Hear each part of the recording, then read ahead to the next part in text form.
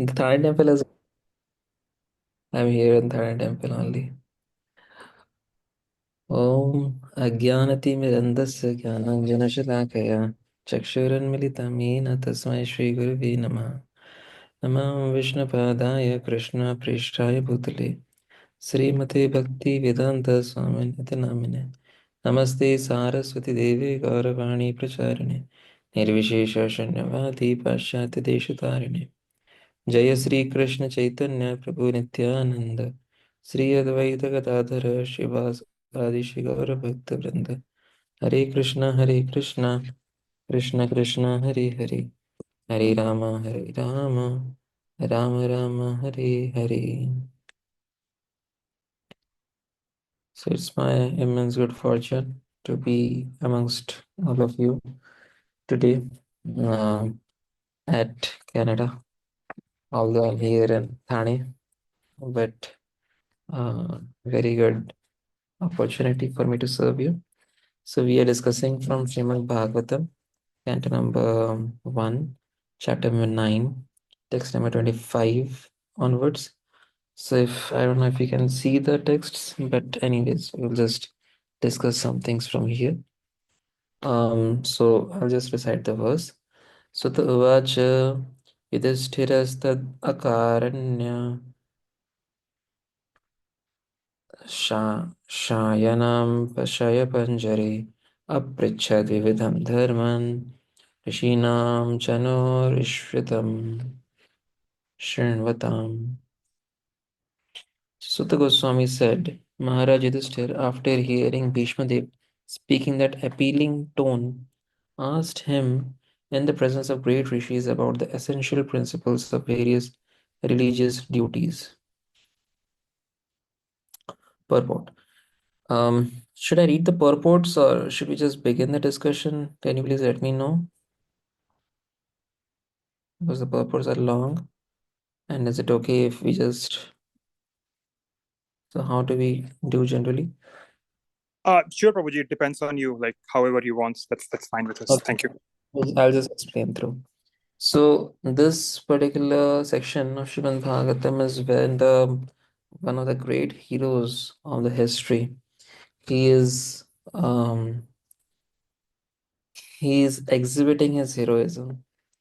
He is a Mahajana, and what kind of standards to be set of wisdom as well as tolerance as well as determination, consistency, purity, all of this we can see devotion in this one personality that's Bhishma. So here we can so nicely observe how Bhishma, he is the one chosen by the Lord, for uh, helping Yudhishthira out from his situation in which he is struggling through. So Yudhishthira is in a precarious situation. He is understanding that it's a huge amount of people who have been killed in the warfare, more than 6.4 million or 64 million, 64 CR, something like that. So, um, huge amount of people, and then infantry and the horses and the chariot, elephants. So many of them have been killed. And Yudhishthira is such a nice, wonderful Vaishnava. He's not thinking it's because of um, the time. He's not blaming, the situations. He's not blaming the people. He's not blaming his opponents. He's taking the whole reason for this whole thing to happen as he himself. And this is so wonderful on the stand of Yudhishthira. Only a devotee can think like that. Otherwise, when people undergo problems, it's very easy to pinpoint others.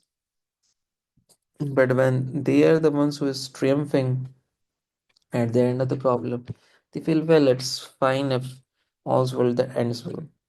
But that's not the case with a sincere devotee who's Bhishma.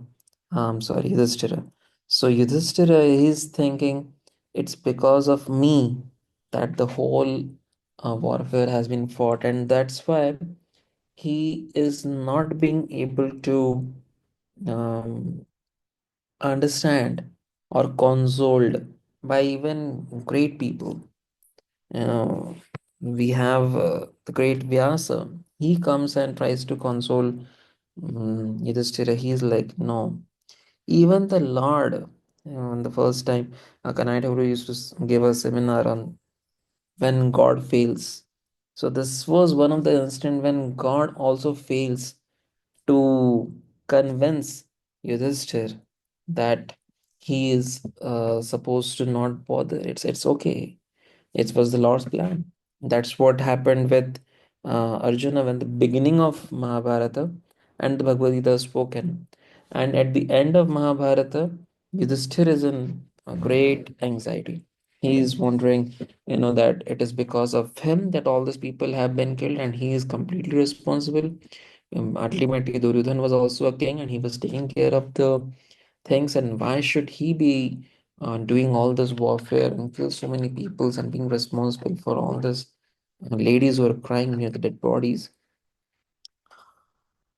And he gives himself all the blame. He is not the one who blames others, he is the one who blames himself. And he is unable to take it beyond that. He is stuck. And the Lord, although he is having the capacity to transform Yudhishthir within his heart, but he does not do so because he wants to glorify his devotee, and that's what this episode brings us to. This episode of Yudhishthir Maharaj approaching Bhishma is enacted by the Lord, in which he is there to show various lessons. One of that is how his devotees are greater than he himself. And that's why we should respect the devotees much more, with much more eagerness. In fact, Bhakti Rasamrita Sindhu talks about if someone is doing a worship to the deity and a devotee comes to the temple, pure devotee, which all of us should see everyone as a pure devotee. So one should stop the worship. First of all, give a proper reception to the devotee who is coming to the temple, and then continue with the daily worship. Now, this is the amount of importance that has been given to the devotees. So, here we can see how Bhishma is the one who has been given the importance. So, in spite of Vyasa, they've telling some words of wisdom to Yudhishthira Maharaj, he is not the one to listen. In spite of Lord Krishna saying some words of wisdom, he is not the one to listen. Even various other people they say, but he is not the one to listen. So Lord Krishna says, well, all of you Pandavas just do one thing, dress very nicely and come in front of the let us go to some place. So then they dress very nicely as if they are the kings now. And then he brings them to in front of that place with the patch of land where Bhishma was lying. And Bhishma, the name itself shows how great he is.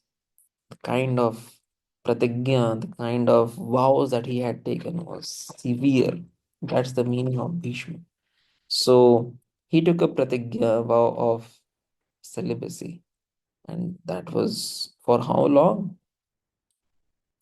Any idea how old was Bhishma when he's there on his deathbed? 150 150 years? something, yeah, around Thought? 150 years. Okay, any other thoughts?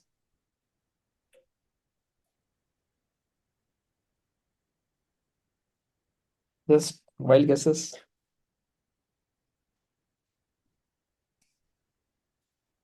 Okay, I'll give you a hint.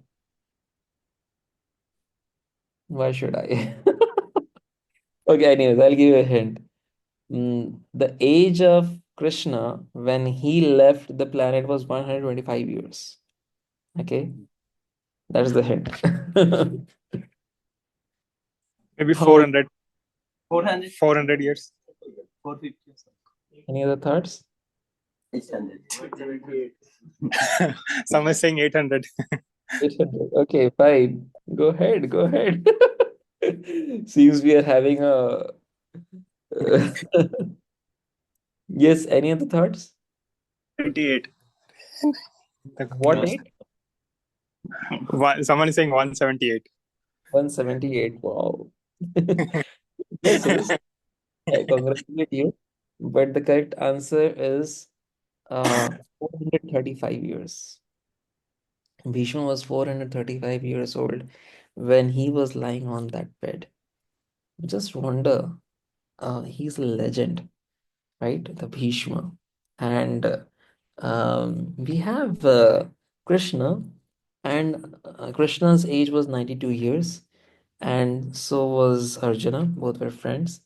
Yudhishthira was 94 years because he is just 2 years older than Krishna, according to the calendar. Krishna is, of course, the god.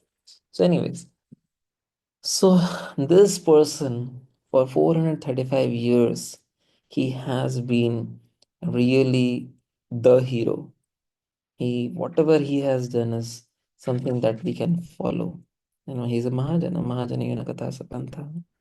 So Bhishma is now lying on the bed of arrows, and each of his organs, these arrows are crossing through. We have the lungs, we have the liver, we have the intestine, the large intestine, small intestine, we have the pancreas, we have the heart. Bhishma's each organ is has oozing out all the blood, and there is not even a place for a finger to cross through. So many arrows has been pierced onto him by his own dear Arjuna. And he is the one who has given the idea. How can he be killed? One day before Arjuna goes and asks, how can you be conquered? And he laughs and he only tells. And it's a whole loop. The way Mahabharata is, it's extremely interesting. And everything is crisscross and it is just, you know, coming to the same, cycle is getting complete. So all the karmas are getting resolved, you know, lifetimes of lifetimes. So that Ambika, that the Amba who had committed suicide with a vow has come back as Srikhandi, and he is or she, whatever she is standing in front, because of whom he chooses to his um, keep his astra and shastra. He is just available. You can hit me now. And as Arjuna is hitting, he's crying, and Krishna is saying, "Hit hard," because the arrows are supposed to pierce. Just was sticking, and he was plucking it out. Bhishma. But Arjuna was crying and he was pulling the kind of with more vigorous energy and then shooting, and then it was piercing through. So it was a perfect, bed of arrows. And just to keep his head proper, they had made some more. So it was just, a thing that is historical, can never be uh, repeated. Hmm? This is because he got a ichha mrityu. So desire to die according to his own will. He got a benediction. So now, if we are having even a small thorn pricking our body, we are in severe pain. It's a fact. People who are in the ICU, intensive care unit, the doctors, they try their best, but as soon as all the medicines work on the basis of one organ, that's the kidney. If kidney fails, they just raise their hands. Well, kidney has to function. We can do dialysis and we can do this, that, but dialysis also needs a blood pressure. But if kidney fails, there's just it's a matter of time. 13, 14 hours and he's finished. So now even through these kidneys, arrows are crossing through. What's remaining? Now with that, Bhishma was there on that bed of arrows on the day 10, and this is day 18, post day 18, when Yudhishthira is having all this, thoughts. So it has been almost like 8-10 days where Bhishma is lying 24 cross 7 with all these arrows, with all the pain. Remember, it's not that he has been relieved from pain, he has already only been relieved from the choice to leave the body. So that is what it is, but the pain is still there. So he's ready to bear through the pain to keep his vow. His vow was that the throne of Hastinapur has to be protected.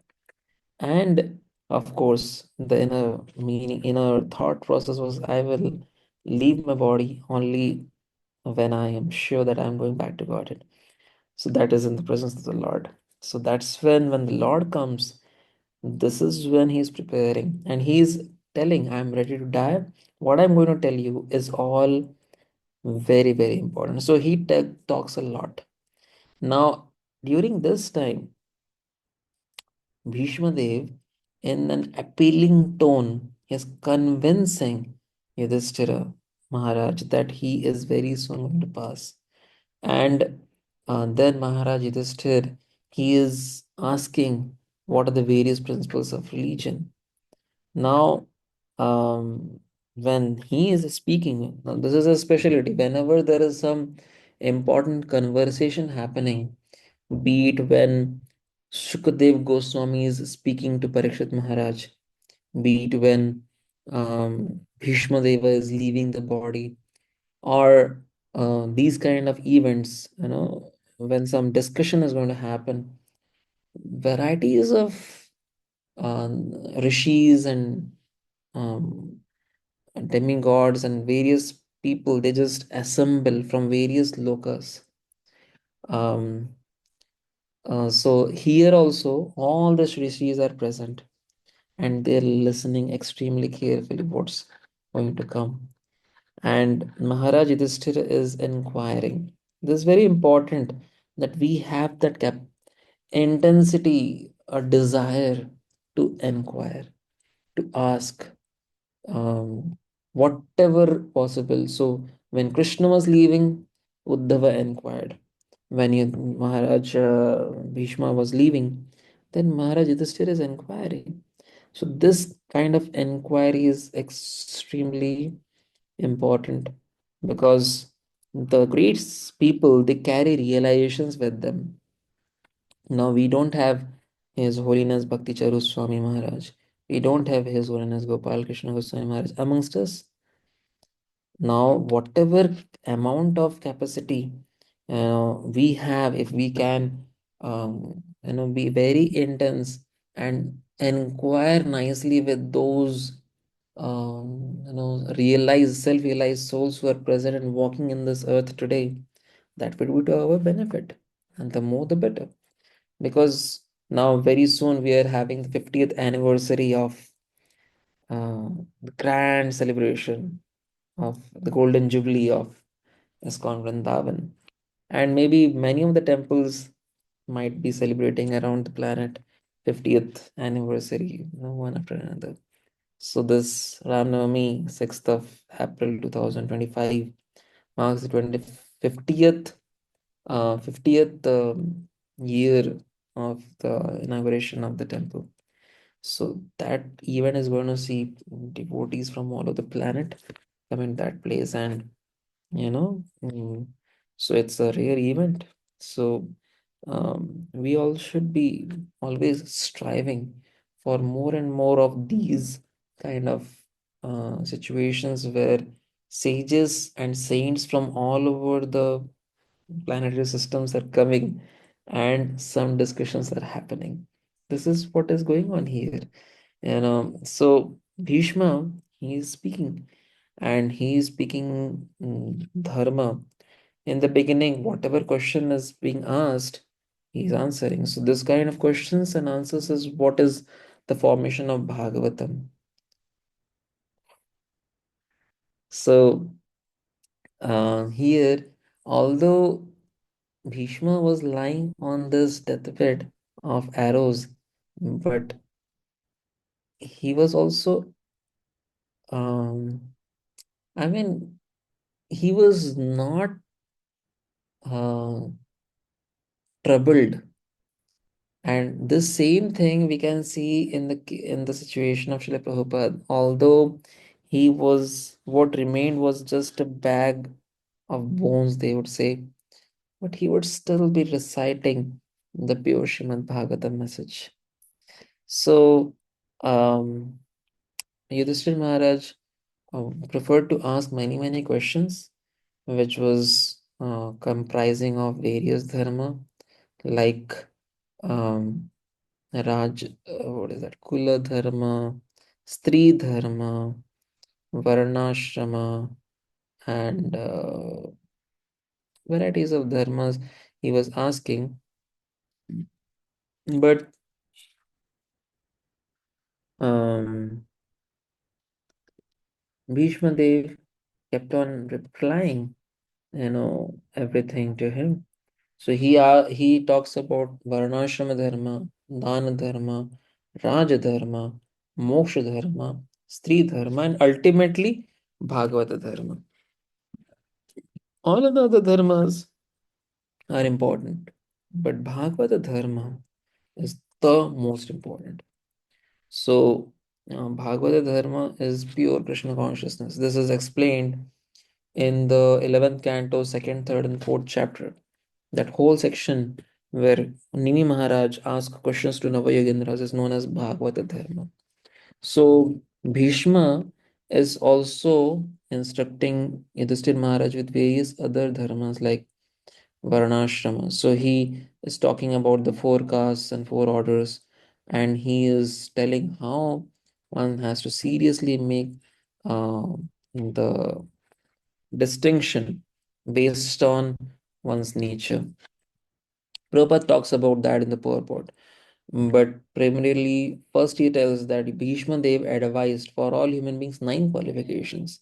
And the nine qualifications are as follows. Number one, if someone is a civilized human being, he should be having nine qualifications.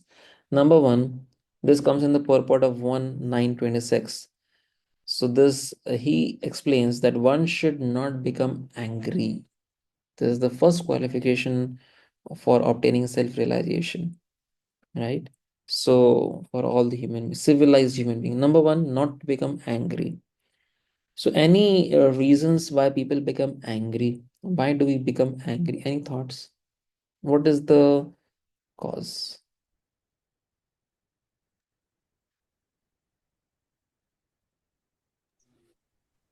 When the desires are not fulfilled. Desires are not fulfilled. Okay, thank you. Anything else? Any other responses? Expectations are not met. Exactly. That's the exact answer. Expectations are not met. There are many desires which are not fulfilled, but when those desires become expectations, we want those desires, when the desires become so important that we want that to happen, that's expectations, and that's not met, one becomes angry. Now, think of each of you, I request you, next 30 seconds, maybe just think of the last time when you became angry, whenever you remember, and try to link it with this definition, that what was that expectation which was not met. It could be a thing, it could be your um the keys of a car. You were trying to open it, and it just did not work, and then you kept on pressing the button. It could be your iPhone or WhatsApp that got hung. It could be on the doorbell of your house that's not ringing. It could be your subordinate who did not do the assignment on time. It could be wife who did not put salt in the dal. It could be anything. So when there are expectations, that's why we become angry. If you want to reduce your anger. Simple thing is work on the expectations that I'm having ab- about the people, upon the people that's around me. And again, if you want to work a little more precisely, then just try to understand this, that there are only a few people on whom we exhibit our anger, right? So those few people we have pasted on their faces, we have put a poster on their faces. These are the expectations that this person has to fulfill just because we share this relationship. So as soon as we remove that and we just let it go the way it is, of course, there are certain ways the world moves and all that. At the same time, the amount of expectations that we have around of the people from the people around us, if we just work on removing that or plucking it out, then we feel lighter, we feel happier, we feel simple. Life becomes easy. It's that easy. If we can choose to do that, lots of development of relationships and further things happen. Now, when are we allowed to become angry? Any thoughts on this? Is उत्साह निश्चय धैर्यात्. So that where this thing is there, vacho vegam manasa vegam manasa krodha vegam. So that's where Prabhupada explains where can we become angry. Any thoughts? Where Vaishnav, one of when yes, Vaishnav blaspheme, okay, Vaishnavas and sorry to Godhead, that when they are blaspheming, then we are allowed to become angry. yes. Vaishnava is blasphemed, we are allowed to become angry. What else? Any other time when where it's bona fide to become angry?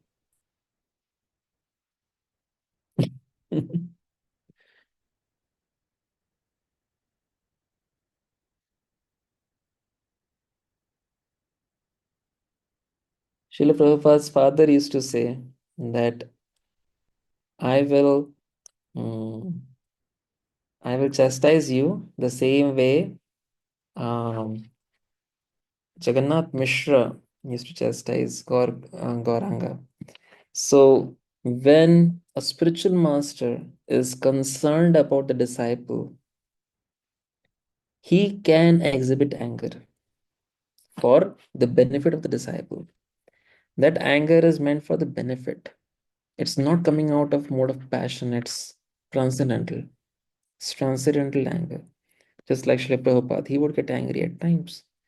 If you read the fifth part of the Lilamrit, it's filled with all these pastimes, where Srila Prabhupada is like thunderbolt. And Bhakti Maharaj used to say that when Srila Prabhupada would be like chastising, and the whole room will shake. He was like that. So, and also when one blasphemes the Lord, when you meet Mayavadi, Prabhupada would hear Mayavad, his lips will quiver and will be angry like anything, roaring like a lion. Bhakti Siddhanta Saraswati Thakur also. So these are the instances when we can exhibit anger. Otherwise, you know, if husband and wife they are shouting on each other, or devotee and devotee they are serving each other and they are angry, then one should ask this falls in which category of approved anger. And if it is not approved, then what am I doing here? Why am I becoming angry? This for whose pleasure? Ultimately, we are serving our false ego. So, the first point that Bhishma says, not to become angry. Next point he says, not to lie. When does one lie? When one is having one's own personal agenda. So when we have our own personal agenda, we start to hide it and kind of cheating propensity. Then one starts lying. Third quality of a civilized human being, that means varnashrama, is to equally distribute wealth. That means one should be generous, one should be donating. Many devotees who have been very, very committed, sometimes they may be doing devotional service and maybe lots of service in the temple, but they are not very keen to give contributions and donations. So here Bhishma Deva is saying one should be distributing wealth. And then fourth, one should be forgiving. One should not have baggages. You know, um, I got a video. Can I show a video? Is it allowed? Sure, Prabhuji, please.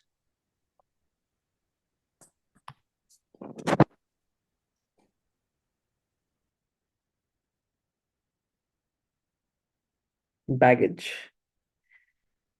We have our own ways of having baggage. So, what should we do with the baggage? That's what we will see here.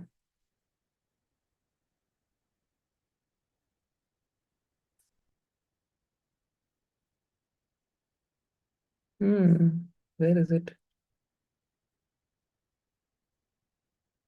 Yeah, here it is.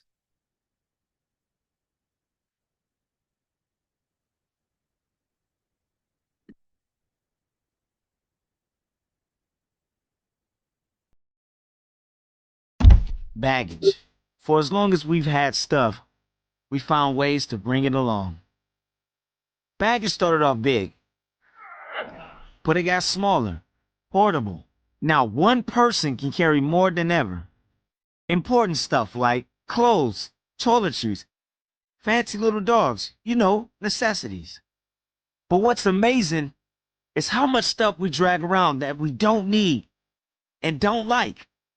Things that trip us up, wear us out, and box us in. Stuff like anger. What is wrong with you?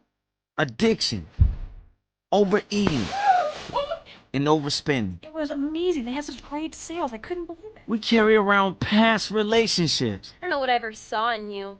I don't even dress well. Gosh. worry, unforgiveness, and selfishness. I think that's a great idea, don't you? I love it. It makes us ask questions like, why did I do that? Or how did I get here? And what is wrong with me? Because this stuff is heavy. It's bulky. Oh, I'm sorry. Oh, I'm sorry. It makes everything in life harder, especially relationships. You might not know where it came from or how you got it, but there's only one way to deal with baggage. Throw it down. Drop it. Just let go. Sounds easy, but it's not. You carry something long enough, it feels like a part of you. You walk away, but a minute later, it's back in your hand. Baggage's tricky like that. You gotta keep dropping, keep throwing, keep letting go, so you could take hold of something better. God's best for your life. And for that, you're gonna need both hands. We run fastest, love fullest, and live lightest when we let go of the baggage.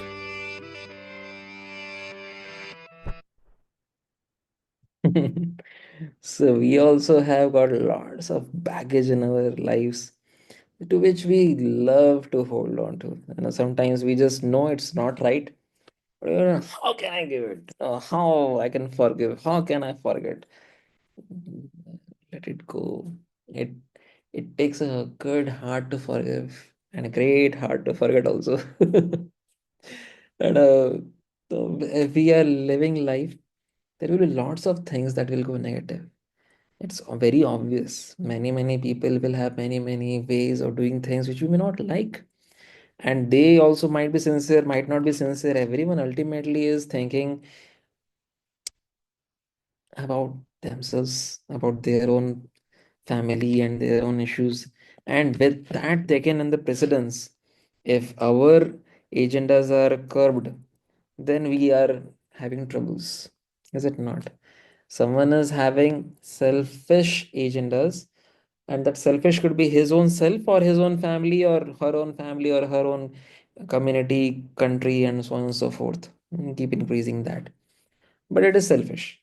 And we also have our selfish agenda. And when that kind of has a bitter experience, then there is a problem. And we are sometimes on the victim side, sometimes we are the ones who make others victim. But those things, those events, when we are the victim, we don't want to forget it. And that's what is baggage. So learn to drop it. We should learn to drop the baggages and live life first. Be happy, be smiling. Because life is short. What do we do holding on to the baggages? We can do one thing that we should learn from the previous experiences so that we are not again and again troubled and cheated or bullied upon. At the same time, certain experiences we might have got, we should learn to just let it go. Bhishmadev is teaching all this. He's teaching fifth thing he teaches us to beget children only by one's legitimate wife. That means no illicit sex. Prabhupada puts this in italics. Number sixth, he teaches to be pure in mind and hygienic in body. So this is something that is known as Brahminical standards of cleanliness, which Prabhupada has taught to us. So, so it's not that until I get initiations, I can live unclean. That's okay. No, the the cleanliness standards which the Brahmanas who are doing deity worship are supposed to follow, that should be learned by even them who are aspiring for Harinam initiations, because that's what will raise the standards for them to serve nicely. So we should be looking forward for a very good cleanliness standards in our own personal lives. Simple things like maintaining hygiene.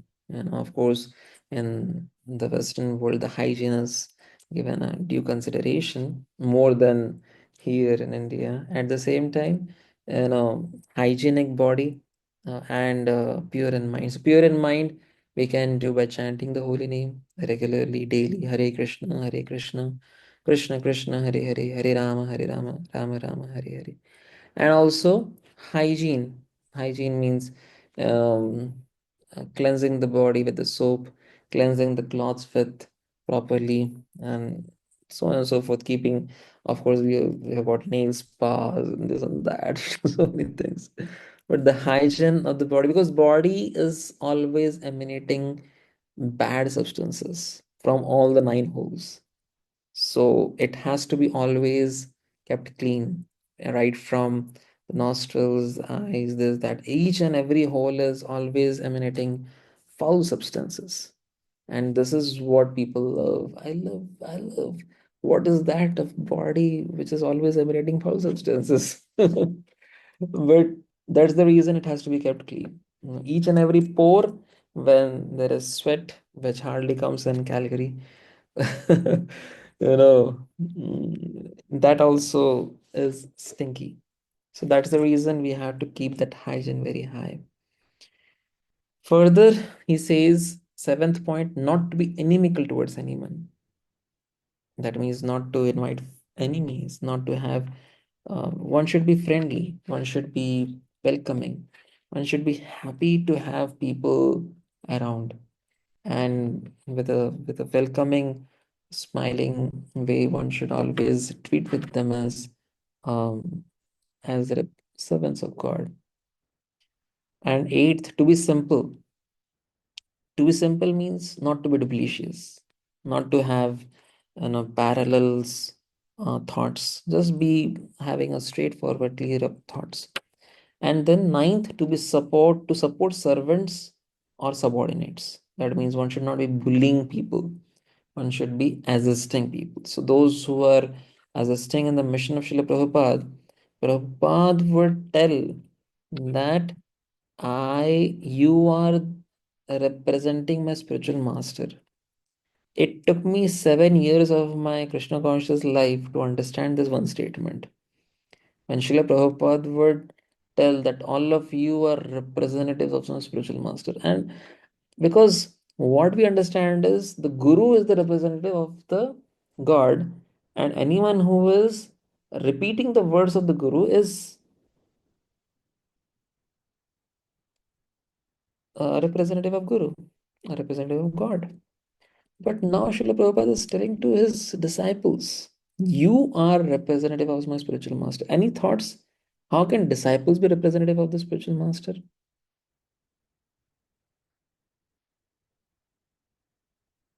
Disciple is a reflection of Guru. Disciple is reflection of guru. How so? The terms of getting knowledge and like how much he taught to his disciple. So, So each guru should then bow down to the disciple, seeing him as a representative of the guru. not really. Yeah. So it was little tricky for me to understand as well. And any of you would like to try again? How a disciple, Prabhupada is telling his disciples, you are representative of my spiritual master. Think about it.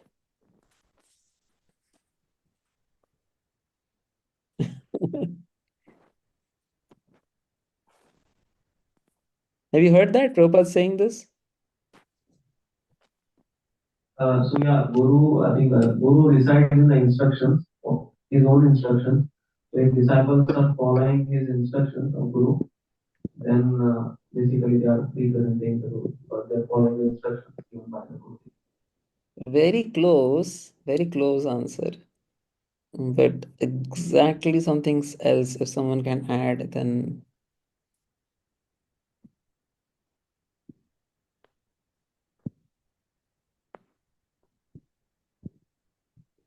Prabhupada explained that. As soon as he would tell, you are representative of the spiritual master, he explained that also. He told that because you are assisting me in my mission to my spiritual master. And my spiritual master has given an instruction to come to the Western world and preach. So, what is happening? Prabhupada has preached, and these all is the, you know, the result of his preaching. So the instruction of the guru is not different than the guru. So thus he is able to see, the outcome of the instruction is all his disciples. That's why he is saying that you are the representatives. So there are two understanding. One is that by serving these disciples, he is understanding that these disciples are uh, representing my spiritual master, because in serving them he is pleasing his spiritual master. That is number one. And number two is the disciples are assisting him in his mission to his guru, that way. So one should always be supportive towards subordinates and servants. One should not be, a big boss. One should not be bossing onto them, but should be serving them. So sometimes devotees say, he's my counselor or she is my counselor. We should say, I'm assisting them in their lives as counselor. I'm serving them in their lives as a counselor. So we are always servants. We are always servants. This is all explained in Shri Mahabharata in the Shanti Parva, where 16th chapter Bhishma Dev is describing all these things. Further, he talks about the various varnashrama, and Prabhupada also explains that in the purport, in which he talks about Kshatriya, and then Vaishya, and then Shudra. All these varnas and ashramas are there, and then Brahmacharya ashram, and all the various ashramas also Prabhupada explains. And then he talks about, Bhishma talks about the Raj Dharma, Moksha Dharma, Dan Dharma, Bhagavata Dharma. Ultimately, he talks about Sri Dharma also, and extensively also he described, and briefly also. So each of these dharmas he's explaining as per, because he's understanding he's having unlimited time, right? But because he's not it's not being troubled by time, but it is a situation that he is wanting to choose. He is waiting for this nakshatra which is currently going on. I mean, the in the this is known as Makara Sankranti. So that is when Bhishma is waiting for the sun to come and the solstice in which he will. It is the proper time for one to leave the body, and he is seeing the Lord's lotus face right in front of him. That's where he chooses to further go. So, but he is having a great detailed understanding of all of this, and he's explaining all the ashramas, all the dharmas, what are the various duties, not being diplomatic but being political supremacy. One, Rajadharma means the kings were supposed to be munificent and not just tax collectors, and they're supposed to take care of the praja, um, as if that's their own family. And praja was not just human beings; it's how even the animals. So it's not about just pulling in votes and getting it through, but it's also about serving them as a servant. So that is how it is explained. And mm, many further explanations are given, but ultimately Srimad Bhagavatam does not go deeper into those things, but it goes deeper because Sutta Goswami is follower of Shukadev Goswami, who is a pure devotee, and he also does not choose to explain too much about all the various dharmas, but he focuses on the Bhagavata dharma. And Bhagavata dharma, that's the reason all this other dharmas find only four shlokas in this whole Srimad Bhagavatam. Srimad Bhagavatam talks about the consciousness of Bhishma at the time of death. Mm. And that consciousness is given in a beautiful verse that he um, recites Bhishma. That is one of the verses that Bhishma says is um, sung very sweetly.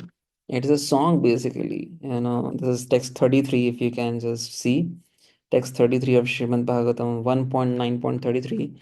So there it says Tribhuvanakamanam Tamalavarnam Ravikar Gaurabarambaram Tadane Vapuralakakula Bhajam Vijay Sakhiratirasthu Menanavadya. So if you see, this is just a song. And wonder, Bhishma is there on the deathbed. He is having huge amount of pain.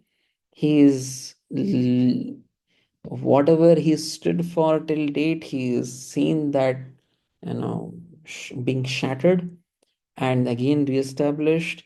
Yudhishthira being the next king, and there he sees the beautiful Lord, and he glorifies him. Tamalavarnam Tribhuvanakamanam.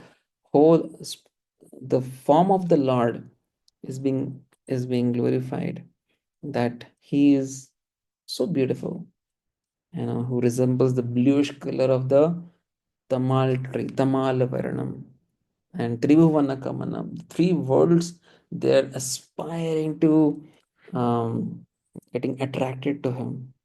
So so this this beauty he is able to see even while he is experiencing excruciating pain. This is what Srimad Bhagavatam focuses on. Srimad Bhagavatam is known as Amal Purana. It will not go deep into those dharmas which are not connected to Bhagavata Dharma.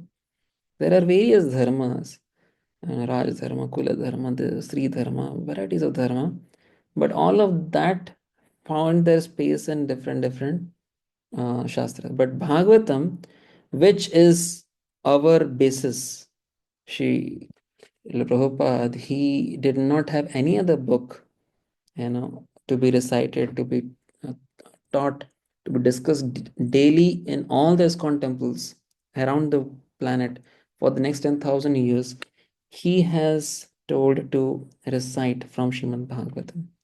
This is the reason, because Srimad Bhagavatam is extremely pure and completely flawless.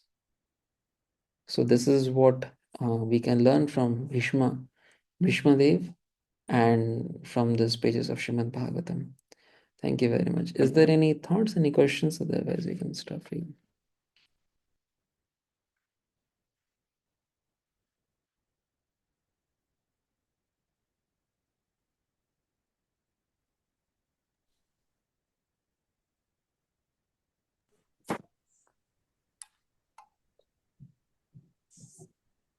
Hare Krishna, Prabhuji. I don't think any questions. So please carry on with your wonderful devotional service. Thank you so much for giving me this opportunity to serve you. And if at your, I could not cover through all the purpose, so at your free time, at your leisure, please go through the beautiful purpose of Srila Prabhupada, which he has written at Vrindavan and at Radha Damodar Mandir. These all purports have been written there. So if you, at your leisure, please go through those 4 purports, which we did not do much, we could not find time to read today. Thank you so much. Hare Krishna. Srila Prabhupada. Thank by chanting Hare Krishna Mahamantra. Hare Krishna, Krishna Krishna, Hare Hare, Hare Ram, Ram Ram, Hare Hare. Thank you so much for your time. Hare Krishna. Thank you so much for tolerating me. I cannot do what Admiral does, so which I was just trying to assist and serve you. Hare Krishna.